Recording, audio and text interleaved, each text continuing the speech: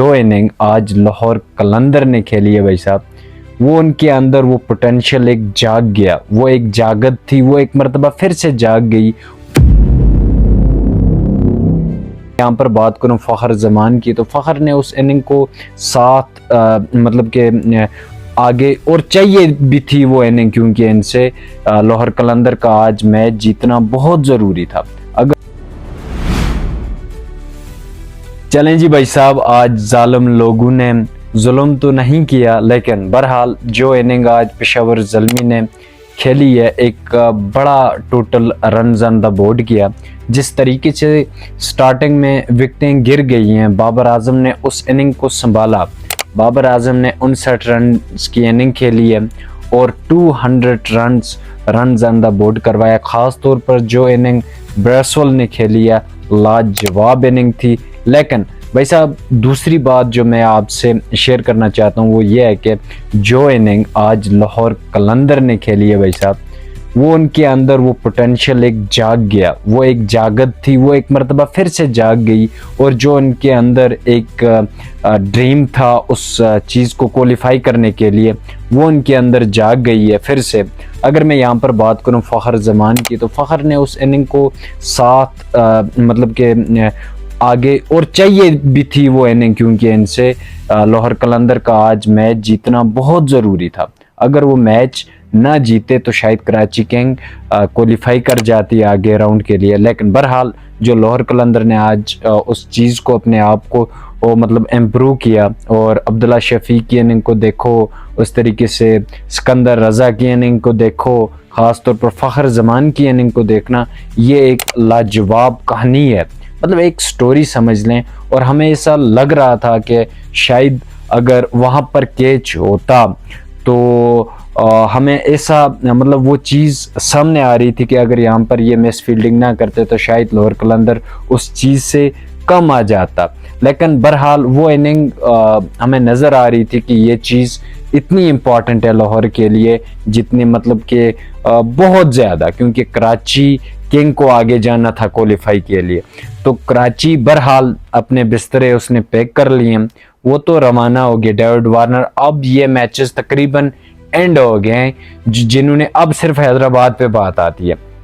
हैदराबाद की strike rate का issue था बहुत ज़्यादा, लेकिन बहुत कम है उनकी जो एवरेज है, उनकी जो रन रेट है बहुत कम है, बहुत कम। अगर वो मैच जीत भी जाती है लेकिन वो राउंड के लिए क्वालिफाई नहीं करते, क्योंकि यही उसमें भी मैंने सुना कि यही तस्करा हुआ कि भाई साहब आज जो है ना लाहौर कलंदर उस चीज़ से आगे तक पहुंच गई, अपना जो मकाम एक था वहां पर पहुंच गई है और राउंड के लिए क्वालिफाई कर गए। अब चलते हैं दूसरी बात, पेशावर ज़ल्मी की जो बॉलिंग लाइनअप थी बिल्कुल ख़राब थी। सवाई सुफियान मकीम के मुझे कोई ऐसा बॉल और बहुत अच्छी बॉलिंग जो खुरम शहजाद ने की है, मैं समझता हूँ कि आज पहली मतलब इनिंग थी उसकी, और जो बॉलिंग उसने की है उस स्पीड के साथ, ऐसा लग रहा था कि यार भाई ये कुछ ना कुछ कर सकता है और यू कैन डू इट, और वो करता भी है।